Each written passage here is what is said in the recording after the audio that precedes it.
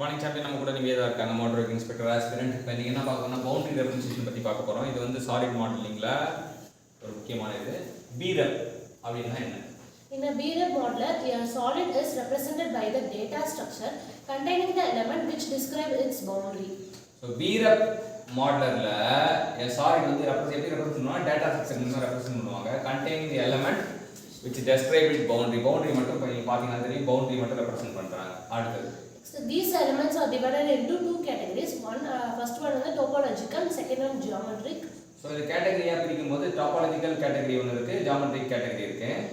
Various transformation and other specialized editing procedures are used to refine the model to the desired shape. So model வந்து desired shape வரதுக்கு நமக்கு தேவை வந்து transformation தேவைப்படுது, editing specialized editing procedure தேவைப்படுது.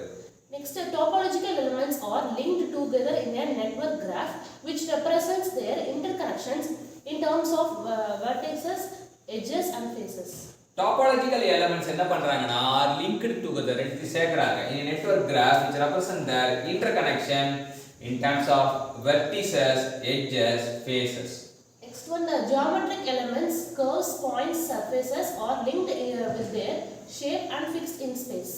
So இந்த geometric elementsலாம் பாத்தீங்கன்னா வந்து topological element வந்து எப்படி பண்றாங்க, linked together in network graph அப்படி சொல்றாங்க. அது geometric elements வந்து curves ஆ இருக்கட்டும், points ஆ இருக்கட்டும், surface ஆ இருக்கட்டும், are linked with their shape and fixed in space அப்படின்றது அர்த்தம். இப்போ நீங்க பாக்குறீங்க டிஃபரண்ட் பவுண்டரி வந்து காட்டியிருக்காங்க, அப்புறம் எல்லாத்தையும் ஃபிக்ஸ் பண்ணி ஃபைனல் ஆப்ஜெக்ட்டும் காட்டியிருக்காங்க. பார்க்கும்போது இந்த மாதிரி மெத்தட் வந்து boundary representation method R BREP method அப்படின்னு சொல்றாங்க.